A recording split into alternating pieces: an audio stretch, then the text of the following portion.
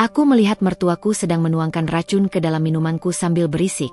Dengan ini aku bisa kuasai hartamu wanita bodoh. Aku syok tapi diam-diam ku tuker gelasku dengan gelas milik adik iparku. Mertua panik ketakutan. Sebelum cerita dimulai silahkan tulis di kolom komentar dari daerah mana saja teman-teman yang menonton cerita ini. Jangan lupa like dan subscribe agar channel ini bisa semakin berkembang dan mempersembahkan cerita yang lebih menarik lagi.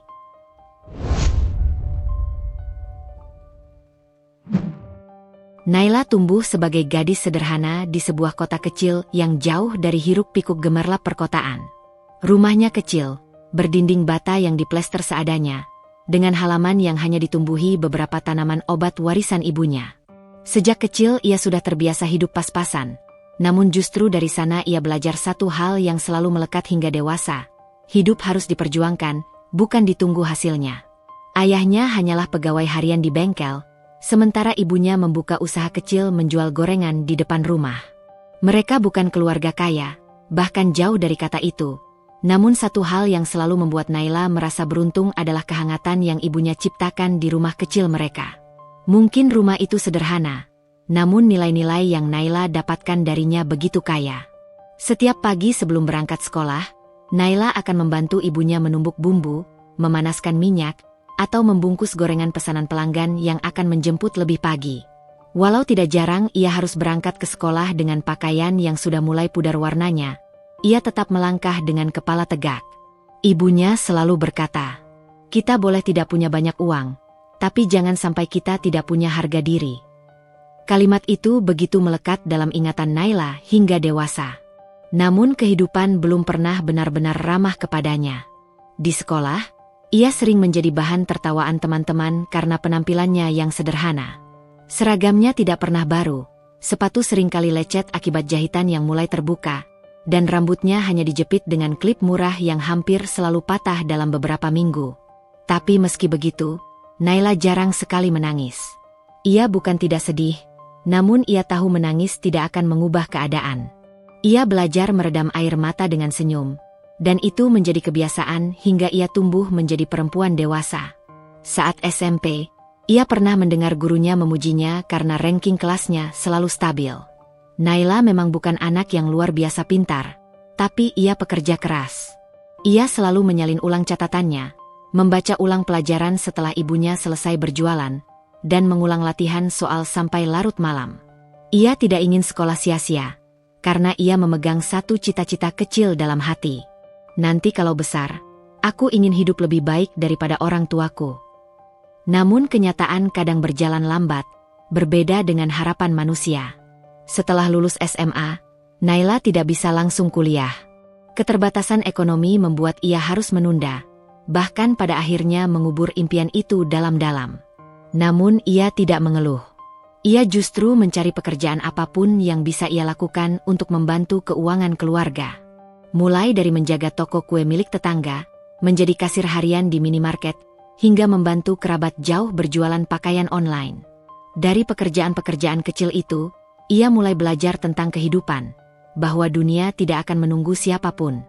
Jika tidak berusaha, ia hanya akan terhanyut dan tenggelam dalam arus yang tidak ada ujungnya. Selama masa itu, Naila tumbuh menjadi perempuan yang matang lebih cepat.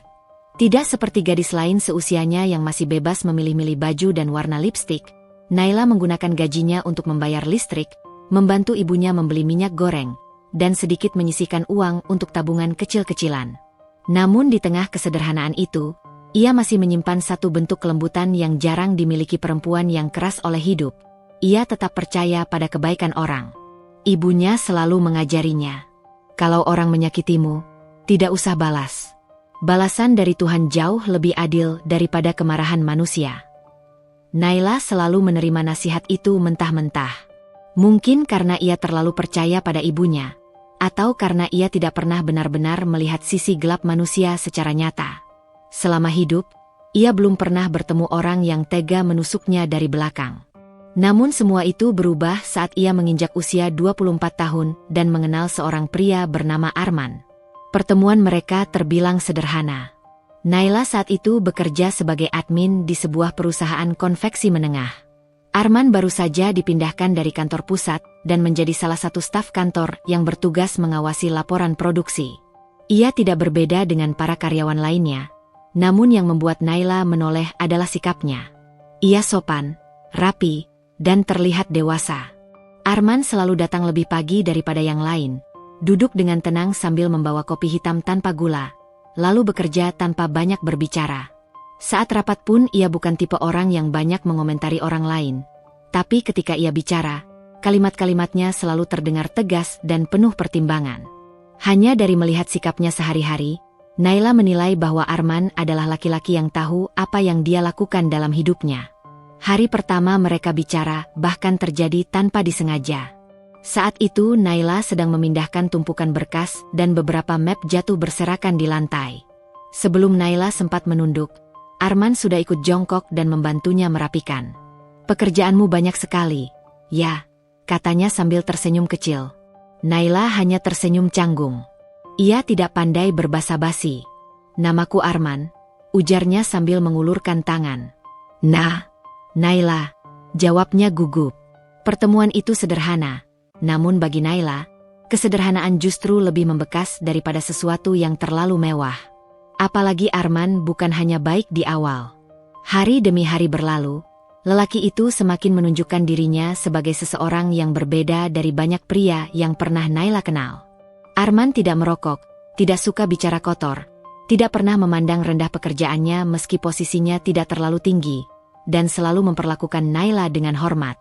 Bahkan saat mereka mulai sering berbicara dan saling mengenal, Arman tetap menjaga sikapnya. Naila semakin jatuh hati bukan karena rayuan, tetapi karena sikapnya. Ia mulai berpikir bahwa mungkin Tuhan mendengar doanya. Arman suatu hari mengenalkan Naila pada keluarganya. Rumahnya terlihat besar, modern, dengan pencahayaan lampu kuning yang elegan dan berkesan hangat. Ibunya menyambut dengan ramah dan terlihat begitu terhormat dalam pandangan Naila. Berbeda jauh dari rumah dan suasana kehidupannya yang sederhana. Namun meski sedikit canggung, ia merasa diterima. Ketika itu, Naila berpikir, mungkin hidupku akan menjadi lebih baik setelah menikah. Arman bahkan datang ke rumah keluarga Naila bersama orang tuanya untuk menyampaikan niat serius. Orang tua Naila sempat merasa kecil hati melihat pesta keluarga Arman, tapi Arman berulang kali menenangkan. "Tidak usah minder, Bu. Justru saya ingin menjadi bagian dari keluarga ini. Saya suka kesederhanaannya." Kalimat itu membuat ibu Naila hampir menangis. Baginya, tidak banyak laki-laki yang mau menghargai keluarga sederhana seperti mereka. Akhirnya restu pun diberikan. Pernikahan berlangsung sederhana, tidak sebesar pesta dari keluarga Arman, namun berjalan sakral dan penuh haru. Semua orang tersenyum bahagia, seolah masa depan yang indah sudah menunggu. Saat malam pertama Naila tidur di rumah barunya, ia memeluk rasa lega dan syukur dalam satu waktu. Ia berpikir bahwa inilah jalan Tuhan setelah bertahun-tahun hidup penuh perjuangan. Namun Tuhan seperti punya cara sendiri untuk menguji seseorang. Ketika Naila berpikir hidupnya mulai membaik, ia tidak sadar bahwa ia baru menginjakkan kaki pada pintu ujian besar yang bahkan tidak pernah terbayang di kepalanya. Pada masa awal pernikahan, semuanya terlihat baik-baik saja. Arman masih memperlakukan Naila dengan sikap yang sama seperti saat mereka pacaran. Ia tetap sopan, bertanggung jawab, dan berbicara lembut setiap kali pulang kerja.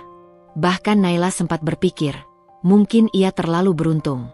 Setiap pagi, Naila bangun lebih awal daripada Arman.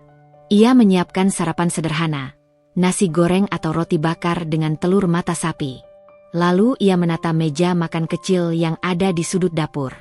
Sambil menyapu dapur yang mulai dipenuhi aroma masakan, ia sering tersenyum kecil melihat cangkir kopi suaminya masih kosong.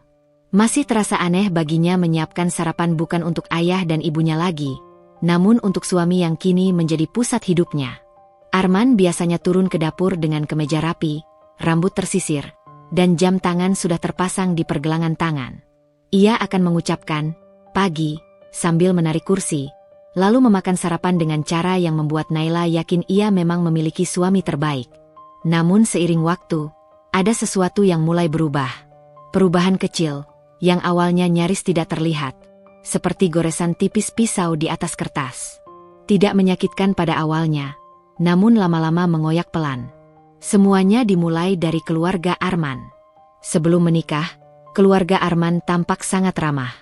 Ibunya tersenyum hangat, adiknya Nira terlihat sopan, dan ayahnya memberi kesan sebagai kepala keluarga yang bijak. Tapi setelah pernikahan berlangsung, Naila mulai melihat sisi-sisi lain yang selama ini ditutupi lapisan kesan baik tersebut. Ibunya, misalnya, ternyata wanita yang sangat memegang gengsi. Ia selalu berbicara tentang keluarga pejabat yang ia kenal, pesta undangan yang ia hadiri, atau harta keluarga besar mereka. Naila hanya tersenyum dan mengangguk setiap kali mendengarnya, meski sebenarnya ia merasa asing. Nira, adik Arman, awalnya begitu manis dan penyayang, namun lambat laun mulai menunjukkan kesan meremehkan. Ia sering berujar dengan santai, "Aku nggak bisa membayangkan jadi menantu dari keluarga sederhana. Kalau aku nanti menikah, suami aku harus punya posisi mentereng." Kalimat itu diucapkan sambil tersenyum, seolah bercanda, namun Naila tahu arah ucapan itu mengarah kepadanya. Ia hanya diam sambil menahan hati agar tidak retak. Ibunya pernah mengajarkan bahwa diam adalah bentuk kehormatan, dan balas menghina hanya menurunkan martabat sendiri. Tapi diam bukan berarti tidak sakit. Meski begitu, Naila tetap menjalani kehidupannya sebagai istri dengan senyum. Ia mengurus rumah, memasak, mencuci, membersihkan kamar, menyetrika baju, dan menunggu suaminya pulang. Pada awalnya semua terasa ringan. Naila merasa ia melakukan semua itu bukan karena kewajiban, tapi karena cinta. Namun suatu hari, Naila mendengar sesuatu yang membuatnya tercengang. Ibunya sempat mengeluh kepada kerabat dekatnya. Tanpa sadar Naila mendengar percakapan itu dari balik pintu ruang tamu. "Aku kira menantu Arman itu anak keluarga berada. Ternyata cuma anak dari penjual gorengan." Kerabat itu tertawa kecil. "Cantik sih, tapi kan memang beda kelas." "Iya, tapi namanya sudah terlanjur. Mau bagaimana lagi?" Naila berdiri mematung. Tangannya gemetar. Dunia seolah berhenti berputar. Ia tidak pernah berpikir bahwa latar belakang keluarganya akan menjadi bahan omongan. Ia pikir kebaikan lebih bernilai daripada asal-usul. Namun ternyata tidak semua orang menilai sesuatu dengan mata yang sama. Malam itu Naila tidak bisa tidur. Ia menatap langit-langit kamar sambil menggigit bibir agar tidak menangis. Arman yang sudah tertidur nyenyak di sebelahnya tidak tahu bahwa hati istrinya sedang remuk. Sambil memejamkan mata, Naila mencoba membesarkan hati sendiri. "Tidak apa-apa. Mungkin aku terlalu sensitif. Mungkin mereka tidak bermaksud seperti itu." Ia kembali mengingat nasihat ibunya. Kalau hati sedang sakit, jangan lawan dengan kemarahan. Lawan dengan akhlak. Maka keesokan harinya Naila tetap bersikap biasa. Ia menyapa ibu mertuanya, membuatkan teh hangat, dan membereskan rumah seperti biasanya. Tidak ada yang tahu bahwa pagi itu ia bangun dengan mata bengkak karena menahan tangis sepanjang malam. Hari demi hari berlalu. Naila mulai memahami bahwa menikah ternyata bukan hanya dengan suami saja, tetapi juga dengan seluruh budaya, karakter, dan pola pikir keluarga suami. Ia harus belajar beradaptasi, menyesuaikan diri, dan kadang menahan hati agar tidak jatuh berkeping-keping. Namun satu hal yang membuat Naila kuat adalah pandangannya terhadap pernikahan. Baginya, menikah adalah ibadah, dan ibadah harus dijalani dengan ketulusan. Ia belum menyadari bahwa kadang ketulusan justru menjadi senjata yang dipakai orang lain untuk menyakitinya. Waktu berjalan, dan sikap keluarga Arman semakin jelas. Mereka mulai menganggap Naila sebagai perempuan yang harus menyesuaikan diri total. Mereka selalu membandingkan penampilan, gaya bicara, bahkan cara Naila memegang gelas dan mengatur meja makan. Saat keluarga Arman berkumpul di ruang makan, kadang Naila hanya duduk diam sambil tersenyum. Meski hati kecilnya ingin pulang ke rumah orang tuanya, tempat di mana ia bisa jadi dirinya sendiri tanpa merasa dinilai dari atas hingga bawah. Suatu malam, setelah semua orang tidur, Naila membersihkan meja makan dan mencuci piring seorang diri. Saat itulah Arman keluar dari kamar sambil mengikat rambut yang berantakan. "Sayang, kenapa belum tidur?" tanyanya. Naila menoleh, sedikit tergagap. Ia tidak ingin Arman tahu bahwa ia kelelahan. "Tidak apa-apa, aku cuma beres sedikit." Arman mendekat, meraih piring dari tangannya, dan menggantikan posisinya di depan wastafel. Aku bantu, ya. Naila tersenyum kecil. Namun saat itu saja ia merasa seluruh rasa sedihnya sedikit luntur. Setidaknya Arman masih memperlakukannya sebagai istri, bukan pembantu. Mungkin karena itu Naila bertahan. Karena ia percaya bahwa selama suaminya baik, semua masih bisa ia lewati. Namun Naila tidak tahu bahwa malam-malam tenang itu tidak akan bertahan lama. Karena perlahan, Arman mulai ikut terpengaruh oleh situasi rumah. Ia mulai berubah sedikit demi sedikit. Ucapannya mulai dingin, nada suaranya tidak lagi lembut, dan pandangannya kadang penuh lelah setiap pulang kerja. Jika dulu ia selalu meminta pendapat Naila, belakangan Naila lebih sering mendengarnya berkata, "Sudah, ikut saja apa kata Mama." Atau, "Nira lebih ngerti soal ini. Kamu ikut aja." Kata-kata itu terasa seperti jarum yang menembus kulit halus. Sakit, tapi tidak menimbulkan darah. Hanya meninggalkan luka yang tidak terlihat oleh siapapun kecuali hati yang memilikinya. Namun Naila masih memilih diam. Ia masih yakin bahwa Tuhan tidak akan memberi ujian tanpa jalan keluar. Ia masih percaya bahwa kebaikan akan kembali sebagai kebaikan, meski untuk sementara ia harus menelan rasa pahit. Dalam hati, Naila tidak pernah menyangka bahwa pernikahan yang ia kira akan menjadi tempat ia mencurahkan cinta, justru menjadi tempat di mana ia belajar bahwa cinta saja tidak cukup. Ia harus belajar bertahan, menahan diri, mengatur perasaan, dan pada akhirnya mungkin menerima luka yang tidak pernah ia undang. Namun, pada titik ini, Naila belum tahu bahwa semua perlakuan kecil dan komentar menyakitkan keluarga suami hanyalah pembuka. Di balik itu, ada hal yang jauh lebih kelam menunggunya. Hal yang akan membuka mata Naila bahwa tidak semua orang memiliki hati sebaik yang ia bayangkan. Setelah resmi menikah, Naila awalnya ingin mereka tinggal di rumah kontrakan kecil, agar lebih mandiri dan punya ruang untuk belajar hidup berdua. Tapi Arman menolak dengan alasan yang ia sampaikan dengan lembut namun tegas. Menurutnya, kondisi ekonomi belum memungkinkan untuk hidup terpisah. Ia baru setahun bekerja, gajinya belum besar, dan masih membantu menutupi beberapa kebutuhan keluarganya. Untuk sementara kita tinggal di rumah Mama dulu. Ya, biar hemat, dan kamu juga ada teman kalau aku belum pulang, ucap Arman pada malam setelah akad. Naila menatap suaminya dengan perasaan campur aduk. Di satu sisi ia ingin seperti pasangan baru lainnya, belajar memasak untuk suami, mengatur rumah sesuai selera, dan mulai menata kehidupan kecil mereka. Tapi di sisi lain, ia tidak ingin menjadi istri yang membebani. Ia selalu diajarkan sejak kecil bahwa perempuan harus mengerti kondisi suami, bukan hanya menuntut. Maka Naila tersenyum kecil dan mengangguk.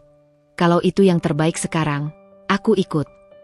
Beberapa hari kemudian, Naila resmi pindah ke rumah mertua. Rumah itu tidak besar, namun cukup terawat. Ruang tamunya penuh dengan pajangan dan foto keluarga. Dindingnya dihiasi wallpaper yang sudah agak usang, dan aroma dupa selalu tercium setiap sore. Untuk Naila, itu suasana baru. Ratna, ibu mertua Naila, menyambut dengan senyum hangat dan suara lembut. "Naila, mulai sekarang kamu tinggal di sini. Anggap rumah sendiri, ya." Selfie, adik ipar Naila yang baru berusia 19 tahun, juga tampak ceria. Rambutnya panjang diwarnai coklat keemasan dan cara bicaranya cepat dan ceria. "Kak Naila cantik banget, cocok sama Mas Arman." Naila tertawa kecil dan mengucap terima kasih. Ia merasa, secara permukaan, keluarga ini baik dan menerima dirinya. Hari-hari awal berjalan lembut dan tenang. Setiap pagi Naila bangun lebih cepat dari semua penghuni rumah. Ia menyiapkan air panas di dapur dan mendidihkan teh sambil menata meja makan. Kebiasaan itu bukan karena diminta, tapi karena ia dibesarkan dalam keluarga yang tidak pernah membiarkan tamu, apalagi mertua, menunggu. Ratna sering memuji sikap Naila. "Kamu rajin sekali, Nak. Jarang perempuan sekarang seperti kamu." Naila tersenyum kecil, merasa dihargai. Ia tidak pernah membayangkan bahwa ucapan itu kelak hanyalah pembuka dari banyak tuntutan dan standar yang akan membebaninya. Arman, pada masa awal itu, masih sangat perhatian. Ia sering membantu Naila mencuci piring setelah makan malam atau memijat pundaknya ketika istrinya terlihat lelah. Sabar ya, sayang. Semua ini sementara. Kalau aku posisi sudah lebih bagus, kita keluar dari sini. Naila selalu percaya kata-kata itu. Keyakinan bahwa suaminya punya niat baik membuatnya mampu menghadapi apapun. Ia merasa dicintai, dihargai, dan memiliki sandaran yang kuat. Namun perlahan, Naila mulai memperhatikan hal-hal kecil yang terasa janggal. Tidak terlalu jelas, seperti bayangan tipis di balik tirai. Sulit terlihat, tapi terasa ada. Ratna misalnya, selalu berbicara dengan nada hangat kepada Naila, tetapi sering menyelipkan perbandingan. Kalau dulu tante-tante di lingkungan ini menikah, semuanya sudah bisa masak macam-macam. Tapi kamu juga pasti bisa, kan? Kalimat seperti itu disampaikan sambil tersenyum, seakan pujian, namun ada tekanan halus yang menyusup. Selvi juga sering mengomentari hal kecil, tentang bagaimana Naila menata piring, melipat pakaian, atau menaruh bumbu masak. Dulu mama selalu taruh garam di sebelah sini. Kak Naila salah.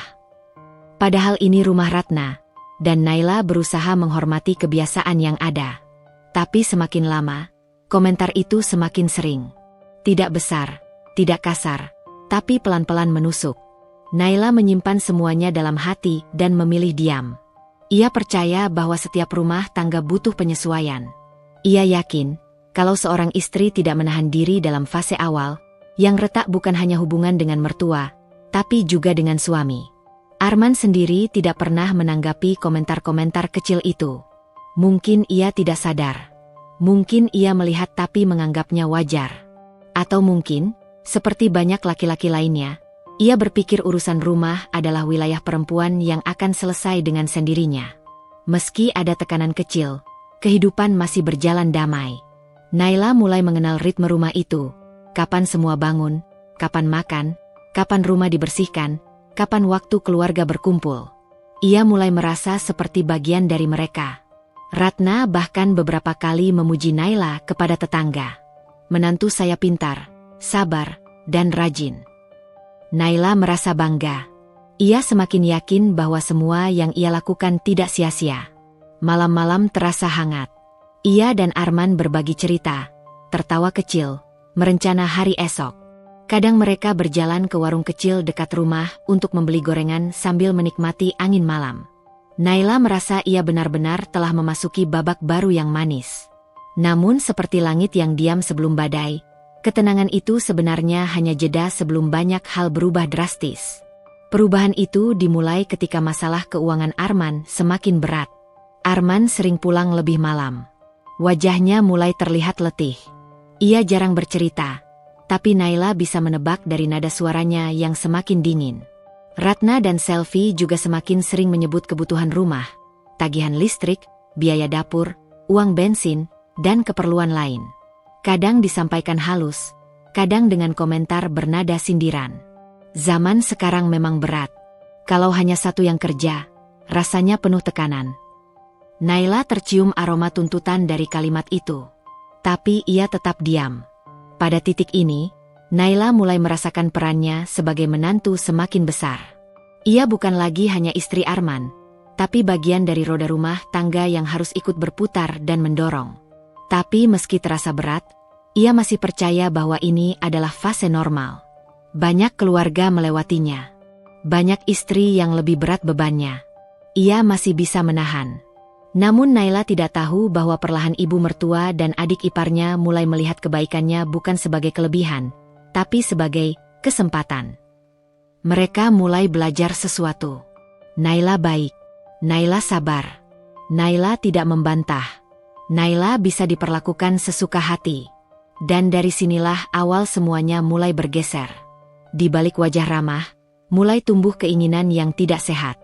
Manipulasi kecil berubah jadi tuntutan. Sikap lembut berubah menjadi penekanan. Sementara Naila, dengan hati yang jernih, masih melihat semua itu sebagai ujian yang bisa ia atasi dengan kesabaran dan cinta. Ia belum tahu bahwa kebaikannya, perlahan-lahan, sedang disalahgunakan oleh orang-orang yang seharusnya menjadi keluarga. Dan semua itu baru permulaan dari kisah gelap yang akan datang. Hari-hari pertama setelah Naila menikah terasa seperti lembar baru yang bersih dan menjanjikan. Setiap pagi ia bangun lebih pagi dari penghuni rumah lainnya, menyapu halaman, menyiapkan sarapan, mencuci piring, lalu membantu pekerjaan ringan sebelum Arman bersiap ke kantor. Ia merasa seperti seorang istri penuh cinta yang memiliki rumah untuk dijaga. Tidak ada keluhan. Ia menjalani semuanya dengan hati yang penuh syukur, seperti yang sejak kecil diajarkan almarhum ayahnya. Kalau kamu sudah memilih jalan hidup, maka jalani sampai tuntas, jangan setengah-setengah. Namun beberapa minggu berlalu, suasana pelan-pelan berubah. Bukan perubahan yang langsung terlihat, melainkan seperti garis halus yang lama-lama menjadi tebal dan menusuk. Semua dimulai dengan hal kecil. Suatu pagi, Naila sedang menata piring sarapan ketika Ibu Ratna turun dari lantai 2 dengan langkah tergesa. Wanita itu adalah tipe yang tampak anggun di luar, penuh sopan santun di hadapan tamu, tetapi memiliki tatapan tajam yang sulit didefinisikan. Naila mengucapkan sapaan lembut seperti biasa. "Selamat pagi, Bu." Ratna hanya mengangguk kecil tanpa menatap. Naila tersenyum, mencoba mengabaikan dinginnya respon itu. Ia sudah menyiapkan menu sederhana, telur dadar, sayur bening, dan sambal tomat kesukaan Arman. Namun ketika Ratna duduk dan mencicipi masakan Naila, ia menggeleng pelan sambil meletakkan sendok. "Kurang garam," komentarnya. Nada suaranya datar, tapi matanya menilai tajam. Naila refleks menunduk. "Oh, baik Bu, lain kali saya." "Jangan lain kali," potong Ratna tanpa memandang. "Sekarang biasa dulu memasak sesuai selera keluarga ini. Selama ini Arman makan masakan saya dan tidak pernah mengeluh." Ada tekanan halus dalam kalimat itu. Naila mulai sadar, Ratna bukan sekadar menginginkan masakan enak, tapi ingin menunjukkan bahwa Naila masih belum selevel dengannya dalam urusan rumah tangga. Naila menelan perasaan kecil itu sendiri, menunduk, dan menerima kritik itu tanpa membantah. "Baik, Bu. Saya akan belajar lagi." Ratna tidak menjawab, hanya melanjutkan makan sambil mengusap piring dengan wajah tidak puas. Itu baru awal. Hari demi hari, komentar-komentar Ratna semakin menjadi. Terkadang terdengar seperti masukan, tetapi lambat laun terasa seperti penghinaan yang terselubung. Jika Naila menyapu tapi ada sedikit debu tersisa di sudut ruangan, Ratna akan melirik sinis sambil berkata, "Kalau bersih itu jangan seperti orang baru belajar. Rumah ini sudah rapi sebelum kamu datang." Jika sayur terlalu matang, ia menghela napas berat. "Pantas saja dulu kamu hanya jadi pegawai biasa." Jika pakaian Arman disetrika tapi lipatannya sedikit miring, ia mendengus. "Sudah menikah, jangan bikin malu suami." Naila awalnya masih tersenyum, menahan diri, berusaha mengambil semua itu sebagai pelajaran. Namun lama-kelamaan ia mulai sadar bahwa semua itu bukan sekadar kritik, melainkan cara halus untuk merendahkannya sedikit demi sedikit. Yang lebih menyakitkan, Selvi mulai meniru ibunya. Selvi adalah adik ipar yang awalnya terlihat manis dan ramah. Wajahnya cantik, gaya bicara santun, tetapi memiliki nada meremehkan yang perlahan muncul ketika Ratna mulai menunjukkan sikap sebenarnya. Mungkin ia merasa Naila bukan seseorang yang perlu dihormati. Ia mulai memerintah seenaknya. "Nai, tolong ambilin minum di kamar. Aku capek banget. Nai, tolong cuci sepatuku. Aku harus kuliah pagi. Nai, nanti setrika baju aku juga, ya. Jangan lupa sisihin uang jajanku." Seolah Naila adalah asisten rumah tangga baru, bukan kakak ipar yang seharusnya dihormati. Naila tidak langsung menolak. Ia mencoba menjalani semuanya sembari berkata pada dirinya sendiri, "Ini cuma fase awal. Mereka masih belum terbiasa ada aku.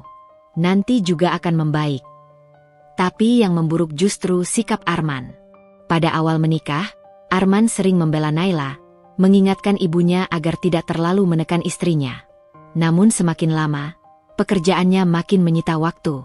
Ia berangkat pagi buta, pulang malam, dan lebih sering kelelahan daripada peduli.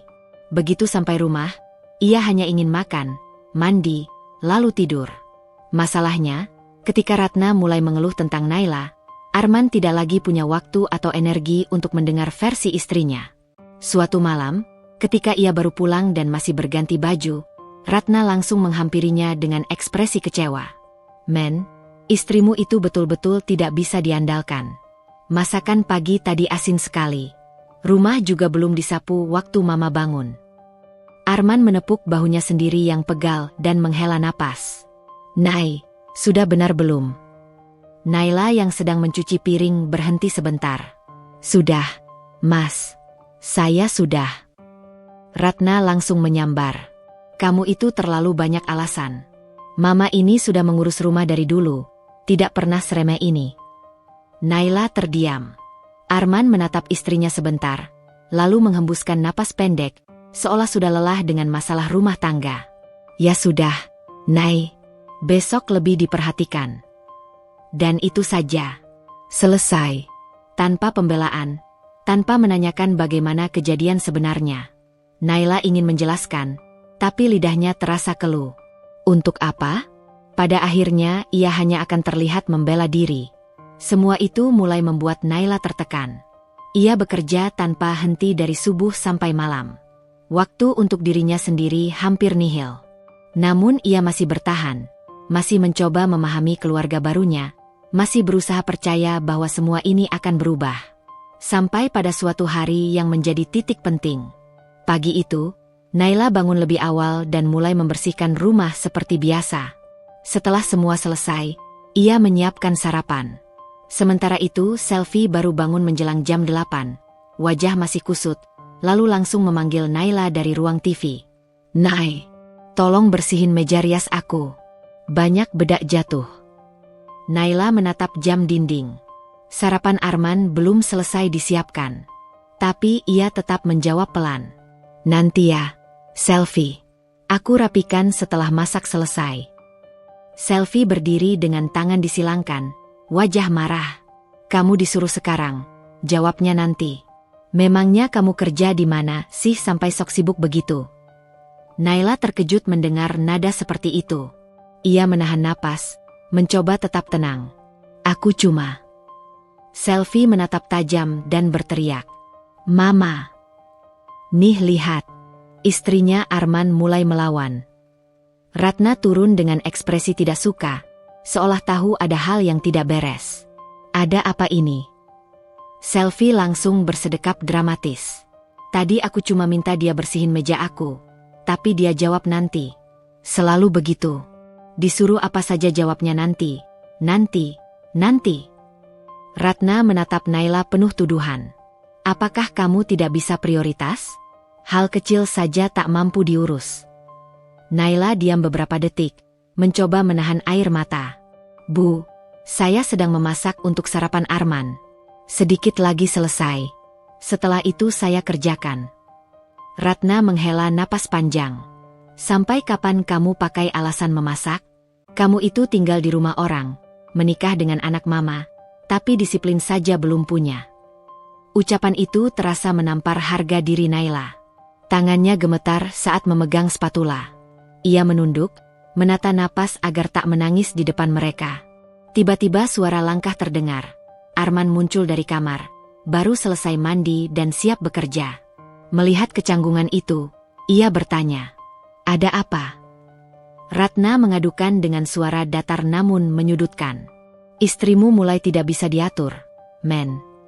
Arman menatap Naila. "Nay." Naila menahan diri untuk tidak pecah. "Aku tadi sedang masak, Mas. Baru mau." Tapi Arman langsung mengangkat tangan, menyela. "Sudahlah. Jangan dibesar-besarkan. Nay, lain kali tolong dengarkan Mama dan Selvi.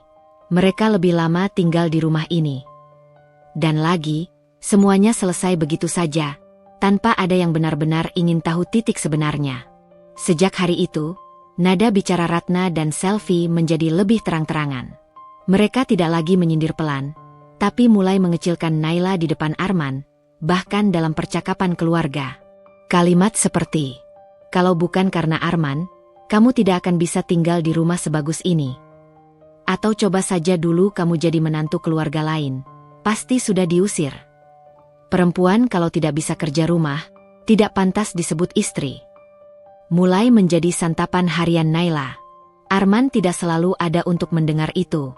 Bahkan ketika mendengar, biasanya ia hanya diam, seolah sudah terlalu lelah untuk menjadi penengah. Lama-kelamaan, Arman berubah menjadi pria yang pulang hanya untuk tidur. Naila mencoba menahan rindu yang menumpuk. Ia menikah dengan harapan bisa punya pasangan untuk berbagi hidup, bukan kesepian dalam keramaian rumah orang. Suatu sore, setelah mencuci semua pakaian keluarga, Naila duduk sebentar di pinggir tempat tidur, mengelap keringat yang mengalir dari pelipis. Hanya sebentar saja. Barulah ia menutup mata, tubuh mulai terasa ingin rebah. Saat itu pintu kamar langsung terbuka tanpa diketuk. Selvi berdiri di sana dengan gaya bak ratu. "Nay, bantuin aku pilih baju. Besok aku ada presentasi." Naila membuka mata pelan. "Biar aku istirahat sebentar." "Ya, Selvi. Tadi aku cuci baju dari jam 2. Selvi mendengus, lalu melipat tangan dengan gaya menantang. "Hanya pilih baju saja sudah lelah? Makanya kalau tidak kuat ya jangan tinggal di rumah orang." Naila menelan ludah, berdiri dengan pelan tanpa kata, dan mengikuti Selvi ke kamar. Setelah gadis itu puas memilih pakaian, Naila masih harus menyetrika satu persatu. Sementara Selvi sudah tidur. Bahkan lampu kamarnya masih menyala. Naila memandangi punggung adik iparnya yang tertidur pulas, lalu memejam mata, membisikkan doa. "Ya Allah, kuatkan aku. Aku tidak ingin membenci siapapun.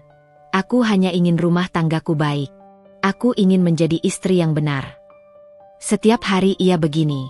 Berkali-kali ia menangis tanpa suara di kamar mandi agar tidak ada yang melihat. Semua tekanan itu ia simpan sendiri, seperti bom waktu yang menunggu pecah. Namun satu hal yang paling menyiksa bagi Naila bukan pekerjaan rumah atau serangan kecil Ratna dan Selvi, tapi rasa sepi di samping suaminya sendiri. Arman semakin jauh, semakin dingin. Ketika Naila mendekat dan ingin bercerita, Arman hanya berkata, "Nay, aku capek. Besok saja. Atau, nanti, aku ada kerjaan penting." Atau, bahkan hanya diam, menatap layar ponsel sambil memutus percakapan. Kadang Naila ingin sekali berkata, "Aku juga capek, bukan dari pekerjaan, tapi dari menahan semua sendiri." Namun ia takut, jika berbicara, Ratna akan tahu dan menyalahkannya lagi. Jadi Naila tetap diam, tetap tersenyum, walau hatinya mulai menipis sedikit demi sedikit, seperti kertas basah yang mulai sobek di tepiannya. Waktu pun berjalan. Sebulan menjadi 3 bulan. 3 bulan menjadi 5. Tidak ada perbaikan. Wajah asli keluarga ini sepenuhnya terlihat. Ratna merasa rumah itu harus berjalan sesuai kehendaknya. Selvi merasa Naila tidak pantas dihormati. Arman merasa Naila hanya istri yang harus patuh, bukan pasangan untuk berbagi isi hati. Dan Naila? Ia hanya menggenggam keyakinan bahwa semua luka ini akan sembuh jika ia cukup sabar. Bahwa suaminya akan kembali menjadi lelaki yang ia cintai dulu. Bahwa rumah ini akan merangkulnya suatu hari nanti. Namun malam demi malam, angan itu semakin kabur. Naila mulai bertanya dalam hati, "Kenapa aku yang harus terus berusaha baik jika orang lain sudah tidak peduli lagi?" Tapi ia tetap menahan diri, karena ia perempuan yang diajarkan untuk bertahan. Perempuan yang percaya bahwa badai tidak selamanya hujan. Yang tidak ia tahu, badai itu baru permulaan. Yang lebih gelap sedang menunggu. Dan pada satu titik nanti, ia tidak lagi mampu tersenyum seperti biasa. Disitulah cerita sebenarnya akan berubah. Hari itu matahari bersinar cerah, tapi suasana di dalam rumah terasa lebih dingin dari biasanya. Naila bangun lebih awal, seperti biasa. Ia mencoba tersenyum di depan cermin, meyakinkan dirinya bahwa hari ini ia harus lebih kuat. Ia harus bertahan, karena menyerah bukan pilihan. Namun rasa lelah itu sudah menempel di tubuh dan hatinya. Leher tegang, mata sembab, tetapi lidahnya masih mengucap doa sebelum membuka pintu kamar. Pekerjaan rumah seperti tidak pernah berhenti sejak pertama kali ia tinggal di sana. Yang berbeda hanyalah hati Naila yang mulai menunjukkan retakan, sedikit demi sedikit. Pagi itu Naila sedang menyapu ketika Selvi turun dengan muka bermalas-malasan. Gadis itu duduk di sofa, memainkan ponselnya, lalu berbicara tanpa menoleh. "Nay, Kopi. Yang panas, jangan encer. Naila mengangguk pelan, meletakkan sapu, dan menuju dapur. Ia sudah terbiasa diperintah begitu. Bahkan sudah berhenti berharap Selvi bisa mengucapkan, tolong, atau, makasih. Ketika ia selesai membuat kopi dan kembali ke ruang tamu, Selvi bahkan tidak mengangkat kepala. Gelengan kecil Naila adalah satu-satunya bentuk protes yang masih berani ia miliki. Tak lama kemudian, Ratna pun turun. Wajahnya seperti biasa, berwibawa, tetapi dingin. Naila menyapa, "Pagi, Bu." Ratna hanya menatap meja makan, lalu berkata datar, "Kamu tidak masak pagi ini?" Naila membeku sejenak. "Sudah, Bu. Sayur di dapur, tinggal disajikan." Ratna berjalan menuju dapur dengan langkah yang bertujuan, seperti akan mencari kesalahan yang mungkin ada. Naila mengikuti pelan dari belakang, jantung berdebar tanpa alasan. Ratna membuka panci, mengaduk sebentar, lalu meletakkan sendok. Kenapa potongan wortelnya besar-besar begini? Tidak rapi sekali. Naila menelan ludah. "Saya potong cepat, Bu. Tadi harus mengepel dulu." Ratna menutup panci itu pelan, tapi suaranya lebih tajam daripada bunyi kayu yang menyentuh besi. "Kalau bekerja jangan asal-asalan.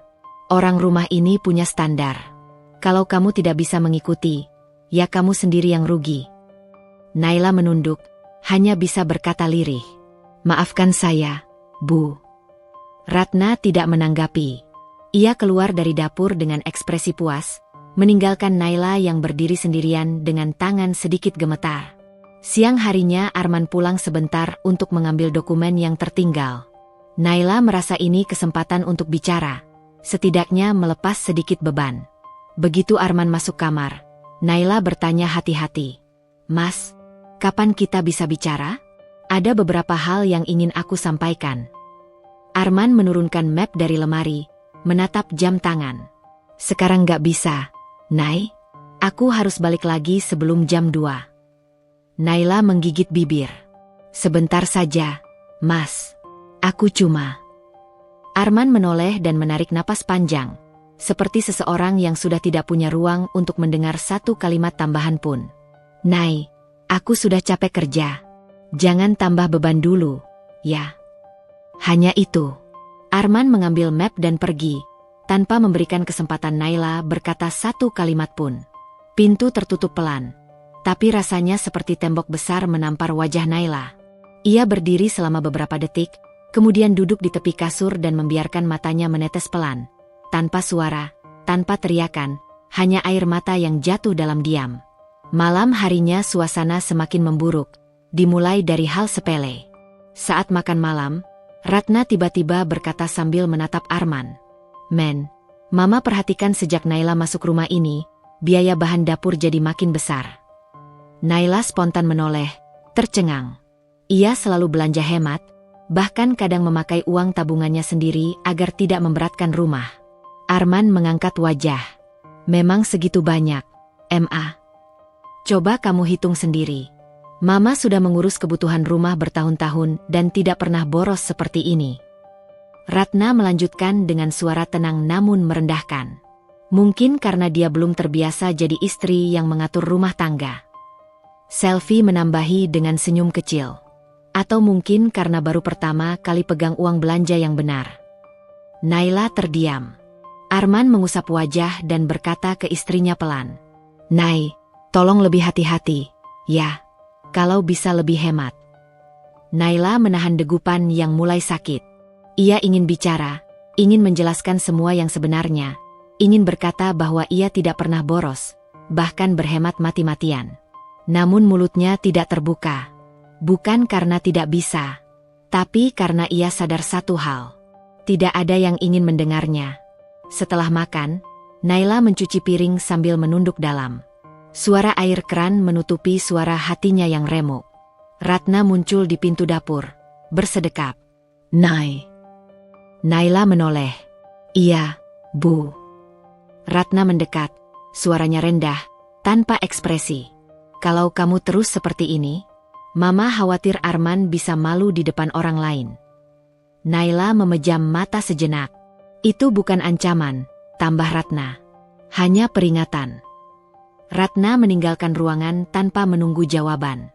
Sementara tangan Naila masih bergerak mencuci piring, meski matanya sudah kembali panas. Malam semakin larut. Di kamar, Arman tidur lebih cepat karena lelah bekerja. Naila berbaring miring membelakangi suaminya, tanpa suara. Lampu kamar dimatikan, tapi gelap tidak pernah terasa semenyesakan itu. Naila menatap dinding kamar dan bertanya dalam hati, mengapa semua berubah begitu cepat? Apa aku salah memilih? Atau memang aku yang tidak cukup baik?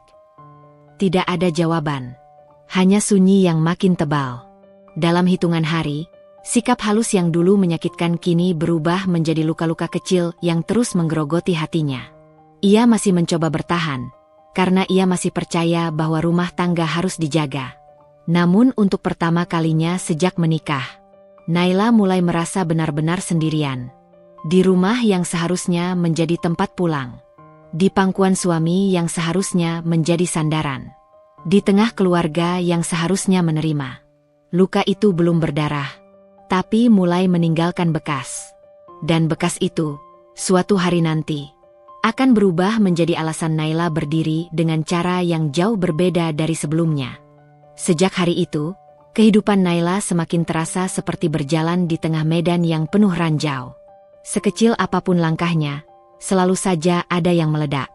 Ia menjaga tutur kata, sikap, cara berjalan, cara tertawa, bahkan cara menghela napas. Semua harus hati-hati, karena sedikit saja salah, pasti menjadi bahan cibiran Ratna dan Selvi. Pagi itu dimulai seperti biasanya. Naila bangun sebelum azan subuh, mengambil air wudhu, lalu salat dengan waktu yang lebih lama dibanding sebelumnya. Dulu ia salat dengan tenang dan lapang. Sekarang, setiap sujud seperti memuat beban yang semakin berat, semakin perih. Namun setelah salam terakhir, ia tersenyum sendirian. Bukan senyum bahagia, melainkan senyum kecil untuk menutupi tangis yang tidak boleh keluar. Sesudah menjemur kain, Naila bergegas ke dapur. Ia ingin menyiapkan sarapan lebih baik dari hari-hari sebelumnya. Ratna sudah beberapa kali merendahkannya, tapi Naila masih percaya bahwa suatu hari sang mertua akan melihat niat baiknya. Ia memasak dengan pelan dan teliti, menumis bumbu lebih lama, memotong sayur lebih rapi, mengatur api supaya matang sempurna. Semua ia lakukan agar tidak ada alasan lagi untuk disalahkan. Namun ketika sarapan tersaji di meja, Ratna hanya duduk meneliti makanan seperti seseorang yang akan menilai lomba masak, bukan seorang ibu sedang menilai masakan menantunya. Ratna mencicipi sedikit sambal, lalu berhenti dan meletakkan sendok. Kamu pakai gula berapa sendok? 2, Bu. Ratna menghela napas keras, menatap Selvi yang duduk di sebelahnya. Sudah Mama duga, terlalu manis. Rumah ini tidak terbiasa rasa seperti ini. Selvi tertawa kecil, menutup mulut seakan ingin terlihat sopan, tapi sebenarnya jelas ingin mempermalukan Naila. Lidah aku sampai kaget. Naila berdiri kaku di dekat meja, menunduk dalam. Apalagi yang harus ia lakukan? Apapun yang ia masak, selalu salah.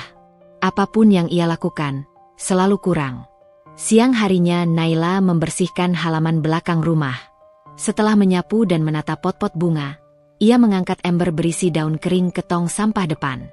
Baru saja menutup tong, suara Ratna terdengar dari teras. Naila. Nadanya tajam, seperti memanggil pembantu yang sedang lalai bekerja. Naila menoleh cepat. Iya, Bu.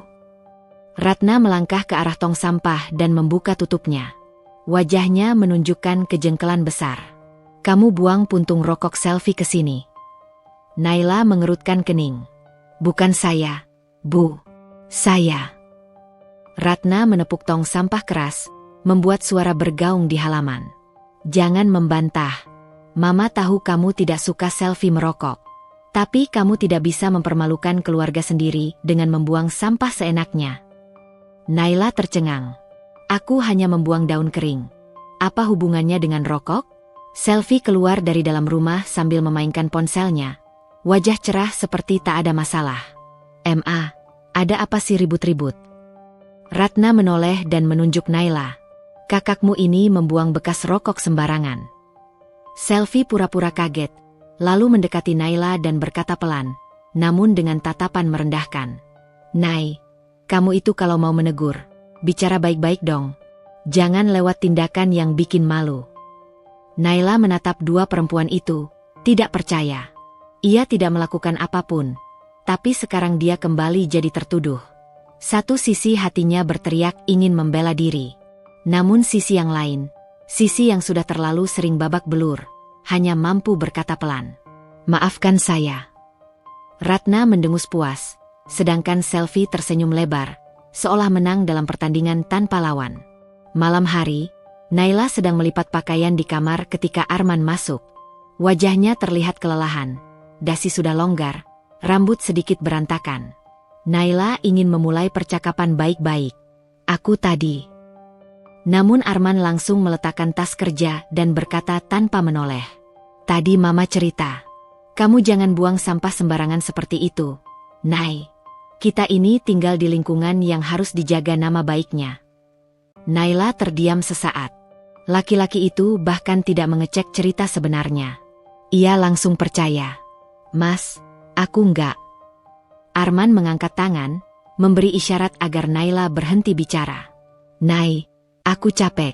Masalah kecil seperti itu jangan diperbesar." Kalimat sederhana itu menancap seperti paku dingin di hati Naila.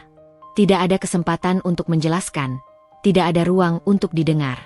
Arman sudah merebahkan tubuh di kasur, menutup mata, seolah dunia sudah selesai menekan pundaknya. Namun bagi Naila, tekanan baru saja dimulai.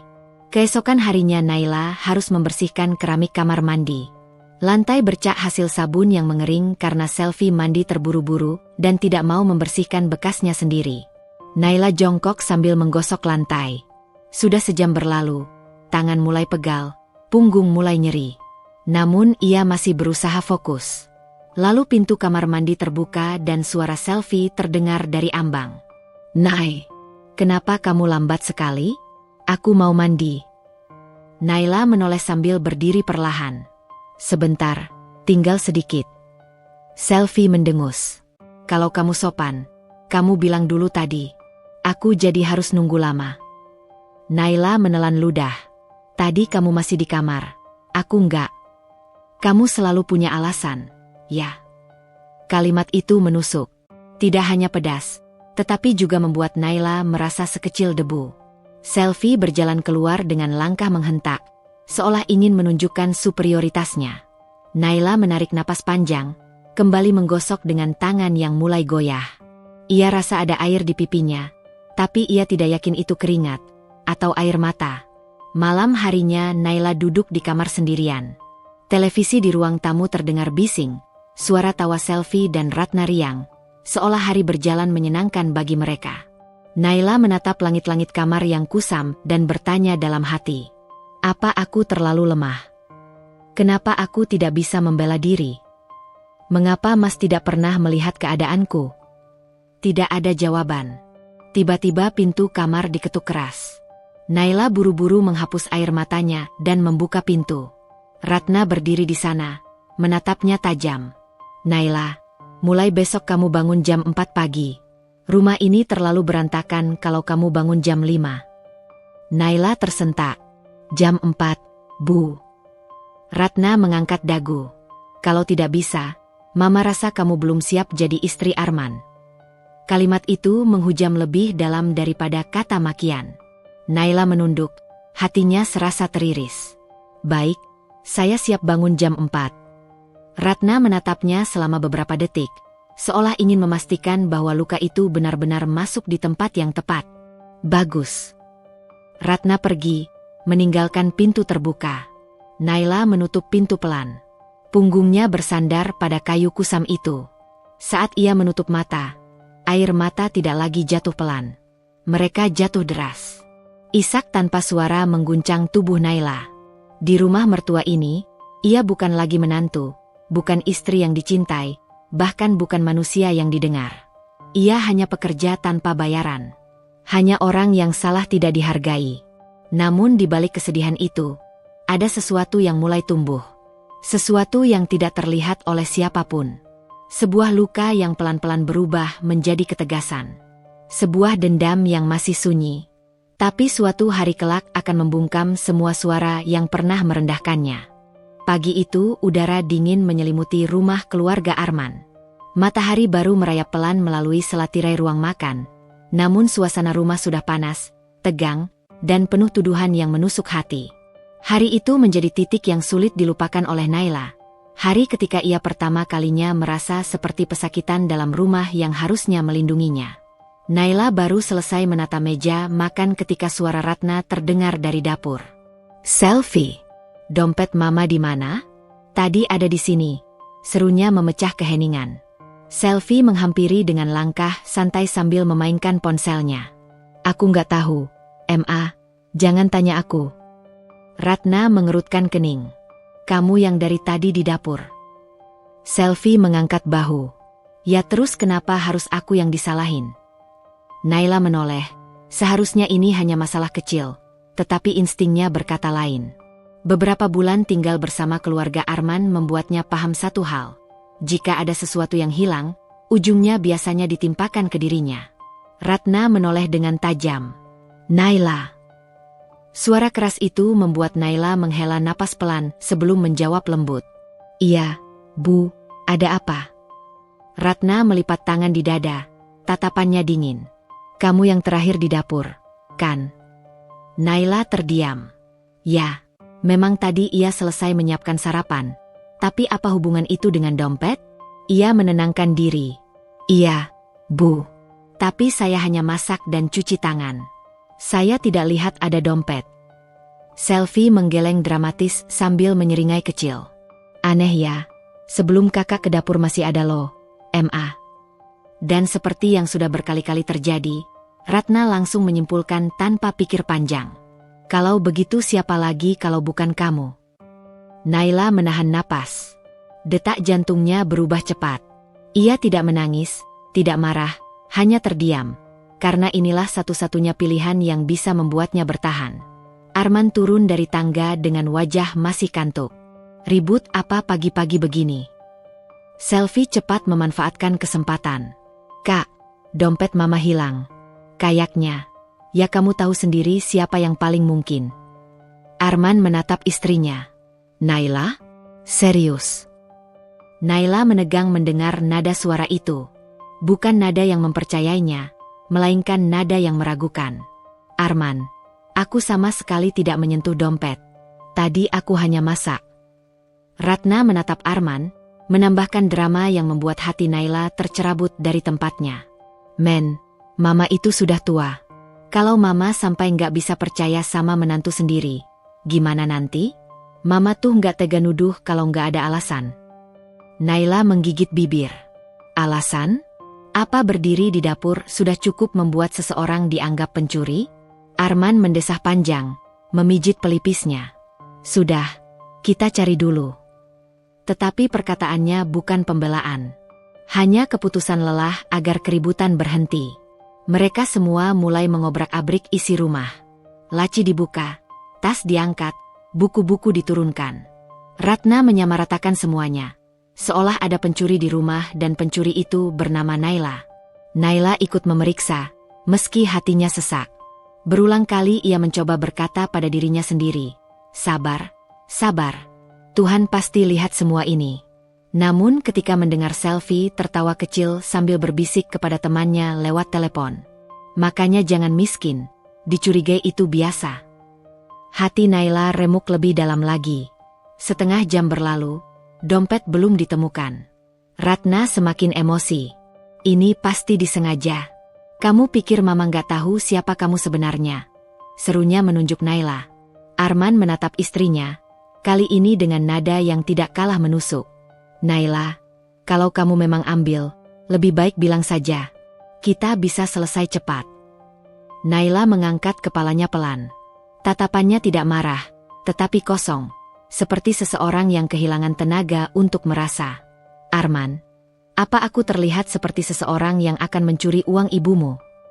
Arman menghela napas pendek, tidak menjawab. Keheningan itu seperti pengakuan. Naila tersenyum kecil. Sakit, pahit, dan menggores. Hatinya berkata, kalau suami tidak percaya istrinya, lalu apalagi yang tersisa? Selvi menambahkan minyak ke api. Kalau bukan dia siapa lagi? Pembantu aja nggak ada. Naila menunduk. Ia ingin pergi ke kamarnya, tetapi belum sempat melangkah, suara Ratna terdengar lagi, lebih keras. Aku lapor polisi aja kalau begini. Kalimat itu membuat Naila tersentak. Bu, jangan keterlaluan. Ini rumah sendiri, kita keluarga. Naila mencoba meredakan. Ratna menyeringai. Keluarga? Untuk jadi keluarga itu harus punya rasa malu. Bukan malah mengambil barang orang lain. Naila ingin marah. Ingin membela diri habis-habisan. Tetapi ia tahu, berteriak hanya akan membuat mereka semakin bercerita bahwa ia bukan menantu baik. Dan lalu, pintu lemari di ruang tamu terbuka. Arman menunduk dan menarik satu benda berwarna merah dari dalam tumpukan baju lipat. Dompet. Ratna melongo kaget. Itu, kenapa ada di situ? Naila berhenti bergerak. Bukan karena dompet ditemukan, tetapi karena ia tahu, tumpukan baju itu ia yang rapikan pagi tadi. Dompet itu diselipkan di dalamnya secara sengaja. Arman memandang ibunya. "Ma, kok bisa sampai di sini?" Ratna langsung tersinggung. "Jangan lihat mama begitu. Mana mama tahu. Pasti dia." Naila mendesah pelan dan menutup matanya. Bahkan menemukan barang pun belum membuatnya bebas. Selvi mendekat dan berbisik dengan nada meremehkan. "Lain kali kalau mau nyembunyiin, jangan bego. Ketahuan kan?" Naila menegakkan tubuhnya, menatap Selvi lurus. "Aku tidak menyentuh dompet itu." Selvi terkekeh. Iya, pembelaan." Arman menatap Naila lama. Namun ia malah berkata, "Sudahlah, yang penting sudah ketemu." Ratna menggerutu keras. "Nah, kalau lain kali hilang lagi, mama nggak mau cari sendiri." Lalu ia pergi ke kamarnya sambil mengomel tanpa peduli perasaan siapapun. Arman menyusulnya. Selvi berlalu sambil masih tertawa kecil. Dan tinggallah Naila di tengah ruang tamu yang tiba-tiba terasa sangat luas dan sangat sunyi. Tangannya menggenggam ujung bajunya kuat-kuat. Matanya panas. Tapi tidak satu pun air mata turun. Ia berkata dalam hati, "Kalau aku menangis, mereka menang. Kalau aku marah, aku akan terlihat salah." Jadi Naila memilih diam. Malam itu ia berbaring di kamar sambil menatap langit-langit. Suara tawa Selvi masih terdengar dari luar. Arman tidak masuk kamar sampai larut. Mungkin sibuk bekerja atau menenangkan ibunya. Namun Naila tahu satu hal. Hari itu ia bukan hanya kehilangan kepercayaan keluarga, tetapi juga kehilangan sebagian harapan tentang rumah tangga yang selama ini ia perjuangkan. Di kesunyian malam, sambil menahan sesak, ia berbisik dalam hati. "Apakah aku masih kuat bertahan di rumah ini?" Namun jawabannya, belum ada. Yang jelas satu hal. Hari itu meninggalkan luka yang dalam, yang suatu hari akan berubah menjadi alasan Naila mengambil keputusan besar dalam hidupnya. Hari-hari setelah insiden dompet itu berjalan dengan suasana yang jauh berbeda. Bukan membaik, justru makin sulit. Seolah karena tuduhan itu gagal terbukti, keluarga Arman mencari alasan lain untuk menekan Naila. Rumah yang seharusnya menjadi tempat beristirahat berubah menjadi sumber ketakutan setiap kali matahari terbenam. Pagi itu, Naila baru keluar dari kamar mandi sambil membawa cucian ketika Selvi bersandar malas di sofa sambil menonton drama Korea di televisi. "Naila, lap lantai dong. Ada noda nih," ujarnya sambil menunjuk bagian lantai yang bahkan tidak terlihat kotor. Naila menahan napas. Ia sebenarnya baru saja mengepel lantai 1 jam lalu. Tetapi ia tidak ingin menciptakan keributan baru. "Iya, Selvi. Aku lap sekarang." Selvi tersenyum kecil. Bahkan ia tidak berusaha menyembunyikan rasa puas karena berhasil memerintah orang lain seenaknya. Namun sebelum Naila sempat kembali ke dapur, suara Ratna muncul dari belakang. "Kamu lap itu buat apa? Memang kamu pikir rumah ini cuma lantai saja? Kamu itu menantu. Rumah ini harusnya bersih tanpa disuruh." Naila berpaling pelan. "Tadi saya sudah bersih-bersih, Bu. Saya hanya..." Jawaban. Selalu saja jawaban. Ratna memotong tajam. Harusnya kamu paham tugas tanpa perlu disuruh. Selvi terkekeh kecil di balik sofa. Puas melihat Naila disudutkan lagi. Naik darah, Ratna melanjutkan dengan nada lebih menusuk. Kamu itu hidup di rumah ini gratis. Makan, minum, listrik, semua dari Arman. Tapi bekerjanya malas. Kalau tidak bisa berterima kasih dengan kerja yang benar, keluar sekalian. Ucapan itu menusuk Naila dalam-dalam. Gratis? Ia memasak setiap pagi, mencuci pakaian seluruh rumah, menyetrika, mengepel, membersihkan ruangan. Semua ia lakukan tanpa keluhan. Namun semua itu dianggap sampah dibanding statusnya sebagai menantu miskin. Naila menelan ludah. Ingin bicara, tapi ia tahu jawabannya hanya akan diputar balik. Siang harinya, Arman pulang lebih cepat karena ada pekerjaan yang harus diselesaikan di rumah. Naila menyambutnya dengan senyum lelah, menaruh teh hangat untuk suaminya di meja. Arman menatap istrinya sebentar. Kamu kelihatan capek. Naila mengangguk pelan. Ya, sedikit. Namun sebelum pembicaraan berlanjut, Ratna tiba-tiba muncul dengan gaya dramatis, memegang punggungnya seolah kesakitan. Men, Mama itu sudah capek sekali hari ini. Semua pekerjaan rumah Mama kerjakan sendirian. Arman mengernyit bingung. Naila kemana? Ratna mendengus. Itu dia masalahnya. Ada di kamar terus. Tidak tahu diri. Mata Naila membesar. Ia baru tiba dari dapur, masih memegang kain pel lantai. Bu, saya baru saja selesai bersih-bersih. Ratna langsung menyambar kata-katanya. Kamu pikir lab ini bersih? Lihat itu meja makan. Lihat dapur. Kamar Selvi saja belum dirapiin. Arman memandang ke arah dapur. Semua sebenarnya sudah bersih. Namun ia menatap ibunya, lalu menatap istrinya.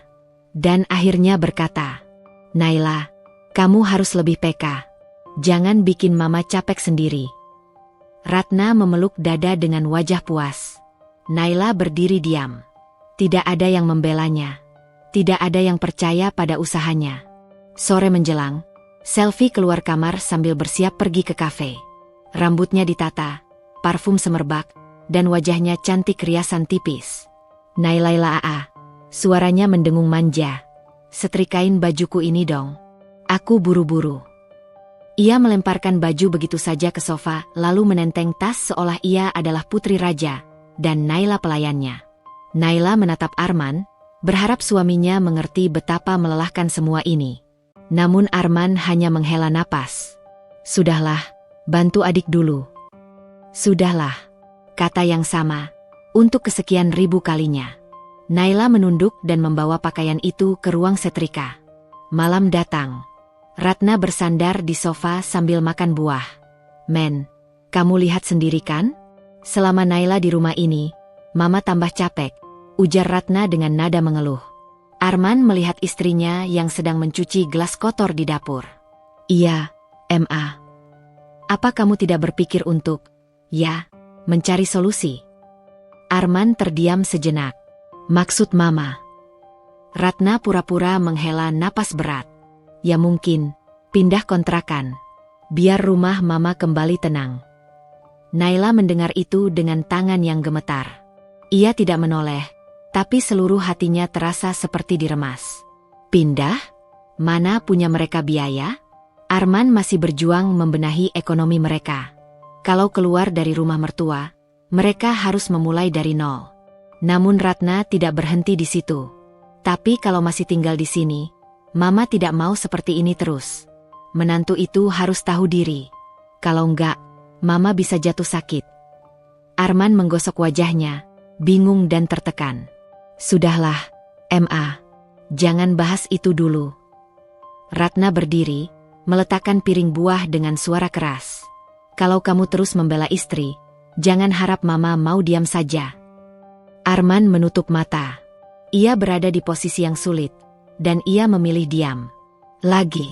Kini Naila sadar. Dalam rumah ini, Arman mungkin mencintainya, tapi tidak cukup kuat untuk melindunginya. Larut malam, ketika ia mengangkat baskom cucian terakhir, Naila terhenti di depan cermin kamar mandi. Wajahnya pucat, matanya cekung, dan senyumnya hilang entah sejak kapan. Ia menatap bayangan dirinya sendiri. Dulu aku selalu diajarkan untuk sabar. Untuk menjadi perempuan baik yang tidak membalas keburukan. Tapi, sampai kapan? Pundaknya bergetar pelan. Meski tidak menangis, hatinya terasa penuh air. Ia tidak ingin menjadi lemah. Tapi ia juga mulai merasakan sesuatu yang tumbuh di dalam dirinya. Pelan, tapi pasti. Kelelahan. Dan di balik kelelahan itu, bibit perubahan. Sesak yang terus dipendam lama-lama bisa berubah menjadi kekuatan yang tak lagi bisa ditahan. Tanpa ia sadari, hari-hari ini sedang mempersiapkan Naila menuju masa di mana ia tidak lagi menjadi perempuan yang hanya menelan luka tanpa perlawanan. Namun untuk sekarang, ia memilih tetap bertahan. Meski rumah itu setiap hari lebih mirip penjara daripada tempat tinggal. Karena jalan hidupnya belum sampai di titik akhir. Tapi badai yang lebih besar masih menunggu di depan. Pagi itu dimulai seperti biasanya. Hening, dingin, dan penuh rasa takut yang dipendam dalam diam. Naila bangun paling awal, memasak sarapan, menyiapkan teh ibu mertua, menyapu halaman, dan berusaha memastikan tidak ada celah sedikit pun yang bisa dijadikan alasan untuk menyerangnya hari ini. Namun manusia sebaik apapun tetap tidak bisa memuaskan hati yang sudah penuh kebencian. Saat ia sedang mencuci piring, Ratna berdiri di belakangnya dengan tangan bersedekap dan ekspresi sinis. "Naila, teh mama kurang manis. Kamu itu mengurus hal sesederhana ini saja tidak becus." Naila menahan napas. Ia ingin menjawab bahwa ia hanya mengikuti takaran gula yang biasa diminta.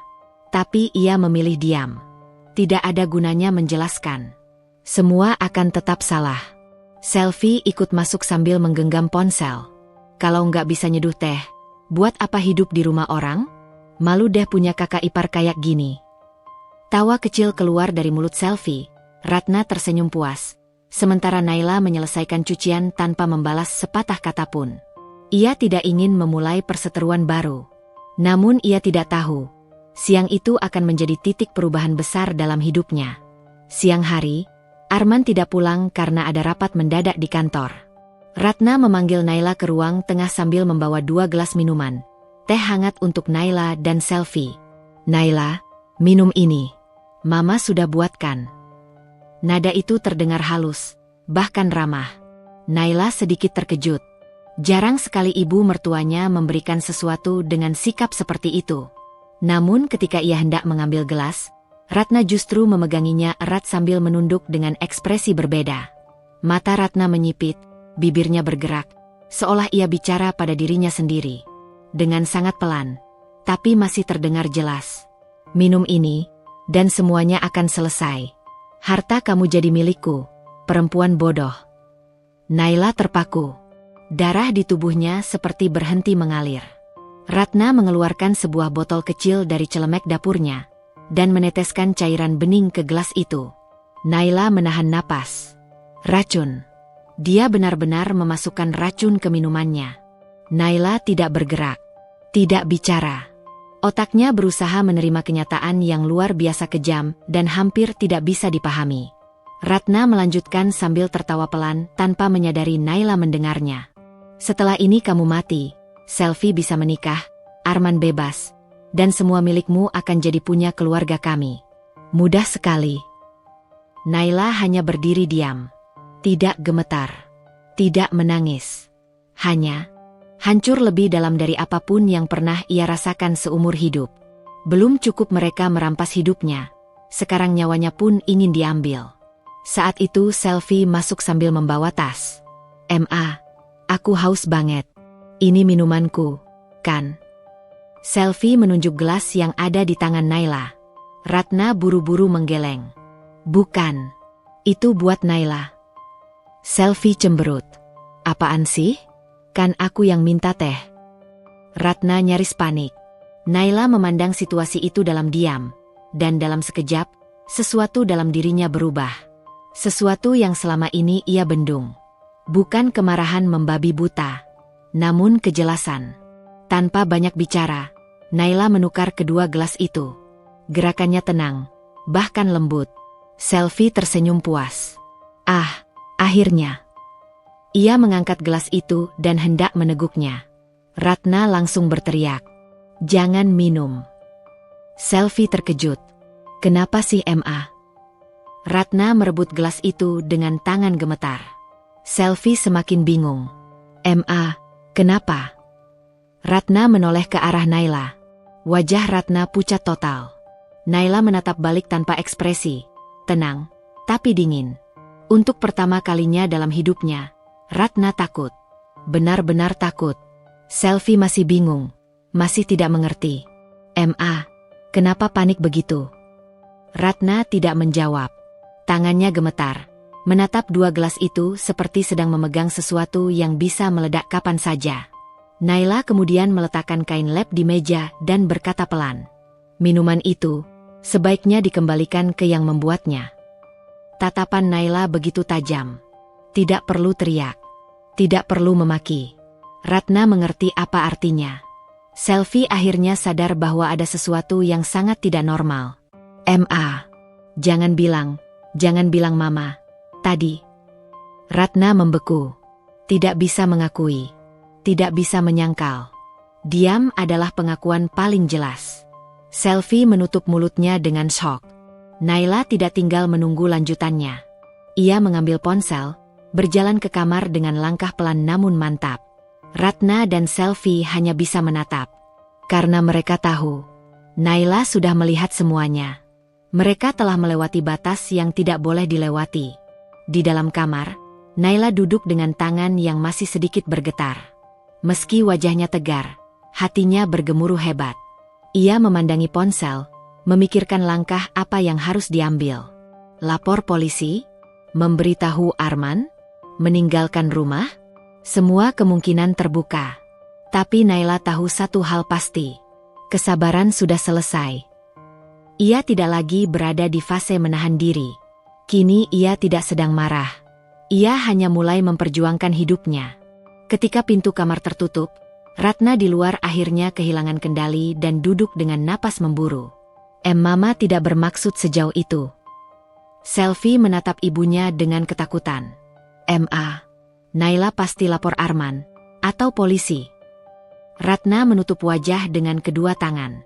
"Kita hancur. Kita benar-benar hancur." Untuk pertama kalinya, mereka yang biasanya menindas Naila, justru yang gemetar ketakutan. Karena permainan yang mereka mulai, sudah tidak bisa dihentikan lagi. Malam itu rumah terasa seperti kuburan yang penuh roh gentayangan. Sunyi, tetapi penuh sesak oleh ketakutan yang tidak terlihat.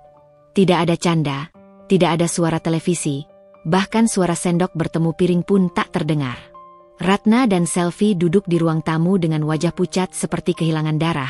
Sementara Naila berada di kamar tanpa sepatah kata pun keluar. Mereka tidak tahu apa yang Naila lakukan di balik pintu yang tertutup rapat itu. Telepon siapa yang ia hubungi? Siapa yang akan datang? Polisi? Arman? Pengacara? Media? Mereka benar-benar tidak tahu. Dan ketidaktahuan itulah yang membuat ketakutan terasa jauh lebih tajam daripada ancaman sesungguhnya. Ratna mencoba menenangkan diri, tapi tangan tuanya tidak berhenti gemetar. Selvi berjalan mondar-mandir seperti orang linglung. Lengan digesek-gesekkan seolah hawa rumah kini berubah menjadi dingin menusuk tulang. "Mama, kita harus gimana?" Suara Selvi bergetar, matanya basah. Ratna menelan ludah dengan susah payah. "Mama, tidak pernah menyangka Naila akan melihat." Selvi mendekat dengan panik. Kalau dia lapor polisi? Kalau Arman tahu? Kalau racun itu ditemukan di dapur? Ratna menutup mulut anaknya dengan cepat. "Jangan sebut itu keras-keras." Didengar tetangga. Tapi hati mereka sudah sangat kacau. Untuk pertama kalinya, mereka benar-benar takut. Selama ini mereka selalu menang. Selalu di posisi penguasa. Selalu merasa Naila terlalu bodoh, terlalu pasif, terlalu lemah untuk melawan. Tapi yang terjadi beberapa jam lalu menunjukkan sebaliknya. Perempuan itu tidak hanya mendengar, tapi menukar gelas dengan tenang seperti orang yang sudah membuat keputusan. Dan justru itu yang membuatnya lebih menakutkan. Di kamar, Naila duduk sendirian dalam gelap tanpa lampu menyala. Ia menatap langit-langit kamar dengan mata kosong, tapi pikirannya bekerja cepat dan sangat jelas. Ia tidak menangis. Tidak lagi. Tangisan hanya untuk masa lalu yang sudah ia tinggalkan. Di meja terdapat ponsel menyala. Layar menunjukkan rekaman video jelas saat Ratna menuangkan cairan dari botol kecil ke dalam gelas. Tak hanya itu, rekaman juga menangkap suara Ratna yang berkata, "Setelah ini kamu mati, semua harta kamu jadi milikku, perempuan bodoh." Kalimat yang lebih tajam dari pisau manapun. Naila memandangi layar itu cukup lama, lalu mengunci ponsel dan mengembuskan napas. Rekaman itu bukan untuk balas dendam membabi buta. Ia hanya menyimpan bukti untuk melindungi diri. Karena malam itu Naila sadar, kalau mereka berani mencabut nyawanya, mereka sudah berhenti menjadi manusia. Dan jika ia tetap diam, ia bisa kehilangan hidup kapan saja. Ponselnya berbunyi tiba-tiba. Arman menelepon. Naila menatap nama suaminya lama sebelum akhirnya mengangkat. "Halo, Mas." Suaranya lembut tapi tanpa emosi berlebih. "Sayang, kamu sudah makan? Mama bilang kamu kurang enak badan," jawab Arman dengan suara lelah. Naila tersenyum hambar. Di situ letak kejamnya hidup. Bahkan Arman sama sekali tidak tahu istrinya hampir dibunuh di rumah yang ia titipkan. "Aku baik," jawab Naila singkat. "Mas kapan pulang?" "Mungkin besok pagi. Ada pekerjaan yang belum selesai." Naila mengangguk walaupun Arman tidak bisa melihatnya. "Baik, hati-hati." Percakapan selesai. Setelah telepon ditutup, Naila duduk diam cukup lama. Ia sadar satu hal. Mereka berani karena Arman tidak ada. Ia tidak menyalahkan suaminya, tapi ia tidak bisa menutup mata bahwa kebutaan Arman adalah salah satu alasan mertua berani melangkah sejauh ini. Kesabaran selesai. Di ruang tamu, Selvi akhirnya duduk dan memegang tangan ibunya. "Ma." Naila orangnya diam. Tapi, dia bukan bodoh. Ratna mengusap wajahnya keras. Rambutnya sudah kusut. "Kita harus bicara dengannya sebelum dia melakukan sesuatu." Selvi mengangguk dengan wajah tegang. "Aku panggil, ya." Ia berjalan pelan ke kamar Naila dan mengetuk pintu. Kak Naila, bisa keluar sebentar? Kita mau bicara." Naila membuka pintu tanpa tergesa. Ekspresinya tenang seperti tidak terjadi apa-apa. Justru ketenangan itu membuat Selvi mundur satu langkah, ketakutan yang nyata. Ratna berdiri dan memaksa memasang senyum yang terlihat lebih mirip topeng. "Naila, Mama tadi hanya sedang emosi. Mama minta maaf. Mama tidak bermaksud sejauh itu." Naila menatap kedua wanita itu. Kemudian ia duduk di sofa tanpa mengucapkan sepatah pun. Ratna dan Selvi ikut duduk, tapi tubuh mereka kaku.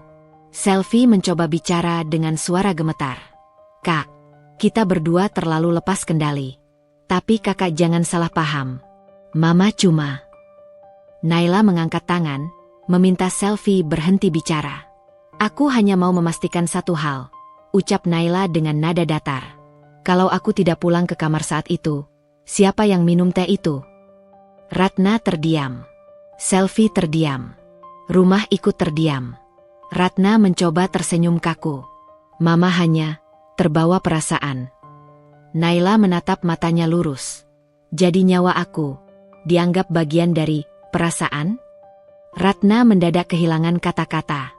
Tidak ada alasan yang dapat membenarkan racun dalam minuman seseorang. Sampai detik itu, Selvi mulai menangis pelan. "Kak, kita salah." Naila tidak menjawab. Kemudian dengan gerakan halus, ia mengambil ponsel dan memutarkan rekaman video. Suara Ratna masuk jelas sekali. "Setelah ini kamu mati, semua harta kamu jadi milikku."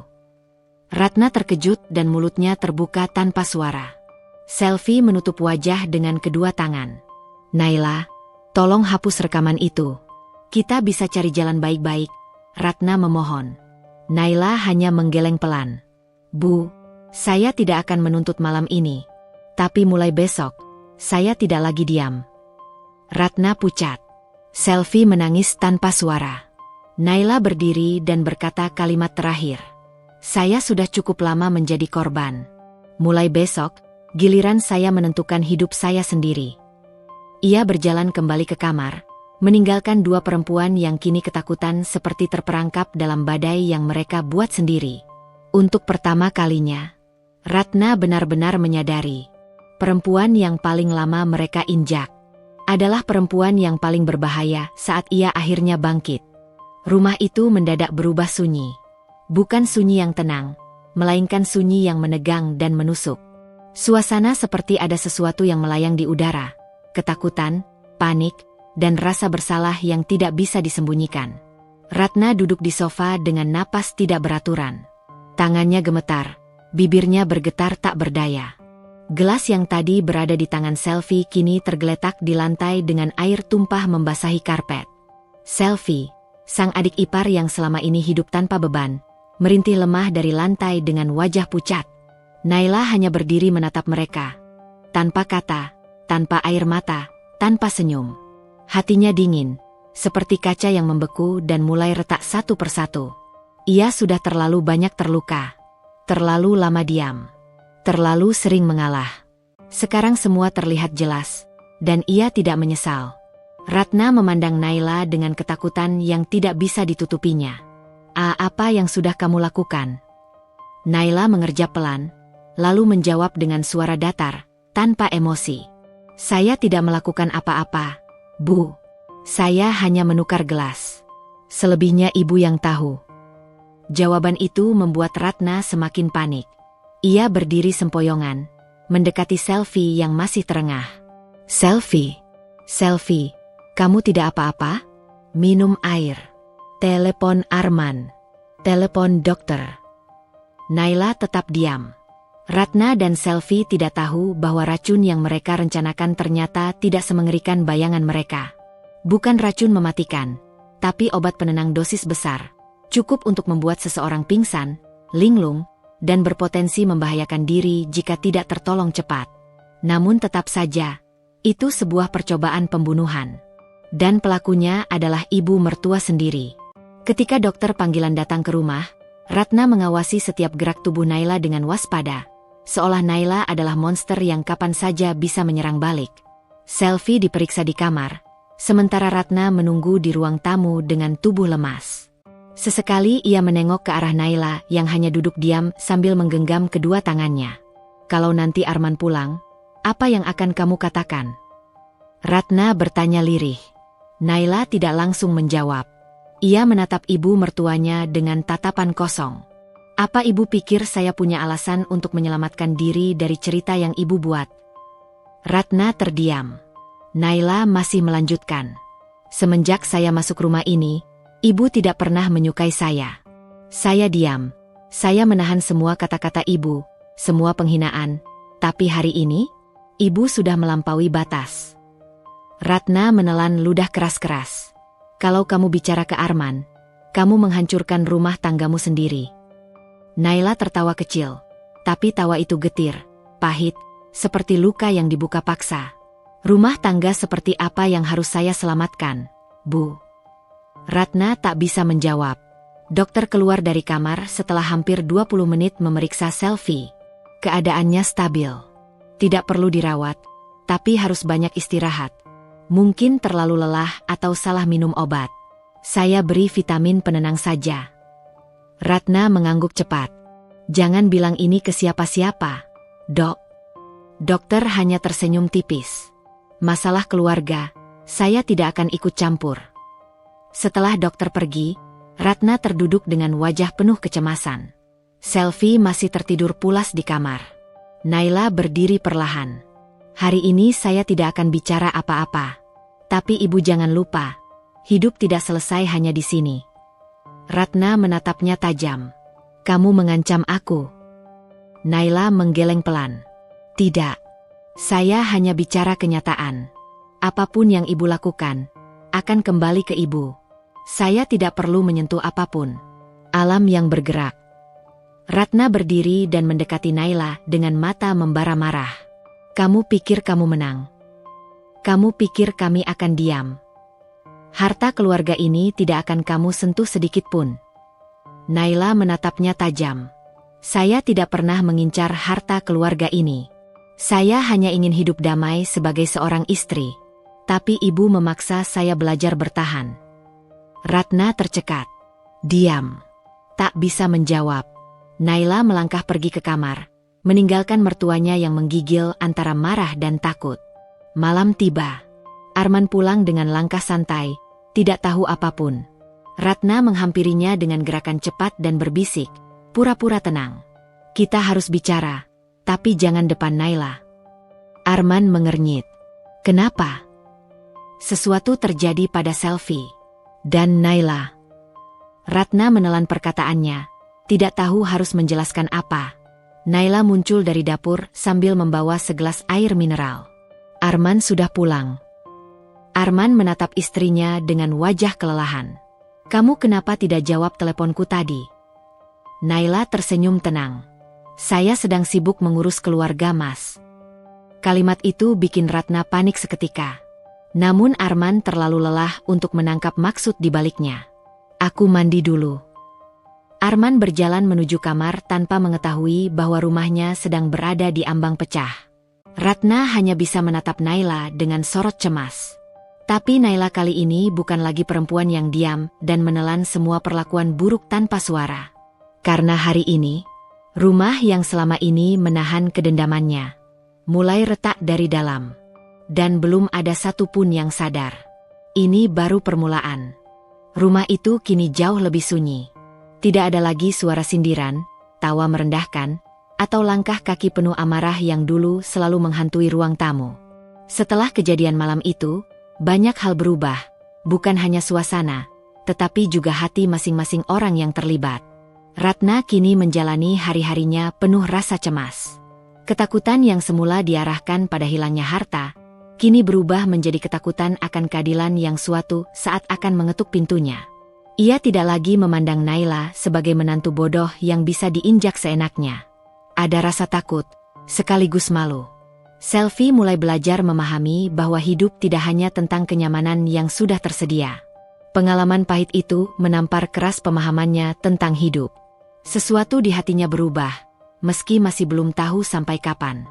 Arman, perlahan, mulai menyadari bahwa istrinya bukan perempuan lemah seperti dugaan keluarga dan orang-orang sekitarnya. Ia tersadar bahwa banyak luka, banyak air mata, dan banyak kesabaran yang selama ini Naila simpan rapat-rapat, tanpa keluhan, tanpa meminta pembelaan. Ia mulai melihat kembali ke masa lalu, menilai ulang sikap dan ucapannya, dan menyadari betapa selama ini ia tidak benar-benar menjadi seorang suami. Namun yang paling berubah tetaplah Naila. Ia tidak lagi berjalan dengan kepala menunduk. Tidak lagi menelan hinaan sebagai makanan harian. Tidak lagi menganggap kesabaran sebagai satu-satunya jalan hidup. Naila kini memahami bahwa kebaikan itu penting, tapi melindungi diri lebih penting.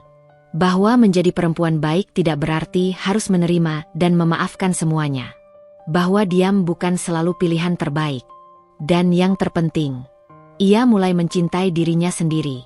Rumah itu memang masih berdiri, namun bukan lagi rumah yang sama. Ada retakan, ada celah, ada ruang berpikir dan ruang untuk berubah. Mungkin suatu hari luka-luka itu akan sembuh. Mungkin suatu hari rumah itu benar-benar akan hancur. Masa depan masih gelap, belum bisa ditebak. Tapi satu hal pasti, Naila tidak akan lagi hidup sebagai korban. Bila jalannya harus berpisah, ia siap. Bila jalannya harus melawan, ia mampu. Dan bila suatu hari kebenaran harus terungkap, ia tidak akan lari. Hari mulai berganti, matahari muncul pelan, dan kehidupan terus berjalan. Entah seperti apa bab baru setelah ini, yang jelas Naila kini memegang pena hidupnya sendiri. Ia tidak lagi menunggu dunia berubah. Ia yang berubah. Dan dari sinilah segalanya benar-benar dimulai.